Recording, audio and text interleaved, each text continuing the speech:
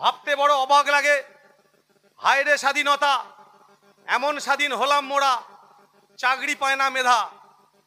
Police তুমি যতই টানো এক পক্ষকে নিয়ে, টেবিলের তলায় লুকাতে হবে, পাবে না তো ডিএ। দুর্নীতিরা এতই চাঙ্গা, পঙ্গু হয় দেশ, জনগণের টাকা চুরি করে এরা দেশকে করছে শেষ। তাই চোখ কাঁদে অনেক পর, আগে কাঁদে অন্তর, নতুন সমাজ গড়তে হলে নওশাদকে দরকার সত্তর। তাই তো বলি, বুক চিতিয়ে চলিস তোরা, কিসের এত জোর, নওশাদ সিদ্দিকীর দল করি তাই কেউ বলে না চোর। বন্ধুগণ, আজকের এই মহতী রক্ত সভার এই যে নারায়ণপুর অঞ্চল কমিটি, তাকে সাধুবাদ জানাই।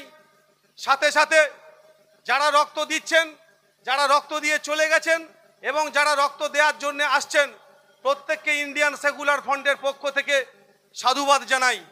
বন্ধুগণ, রক্তদান একটা মহৎ দান। রক্তদান আপনার এক ফোঁটা রক্তকে দিয়ে একটা মুমূর্ষ রোগীর জীবন বাঁচাতে পারে। এটা যে কত বড় দান, এটা যে কত বড় প্রত্যয়, হয়তো আমরা সবাই জানি না। আমরা এই রক্তদান শিবিরের মধ্য দিয়ে এই যে 10 দিনব্যাপী ভাঙড়ে যে মহোৎসব চলছে, সেখান থেকে ভাঙড়ের মানুষকে জানতে হবে, শিখতে হবে, বুঝতে হবে যে নওশাদ সিদ্দিকী আসলে কি চায়, ভাঙড়কে নিয়ে কি করতে চায়। আমরা যেটা বুঝি, আমরা জেলা কমিটির পক্ষ থেকে যেটা জানতে পারি, নওশাদ সিদ্দিকী এমন একটা মানুষ, নওশাদ সিদ্দিকী এমন একটা প্রাণের স্পন্দন, তিনি ভাঙড়কে সারা মানচিত্রের, সারা পৃথিবীর বুকে একটা গিনিজ বুক বলে একটা বই আছে, সেই গিনিজ বুকের মানচিত্রের মধ্যে ভাঙড়কে তিনি নিয়ে আসতে চায়।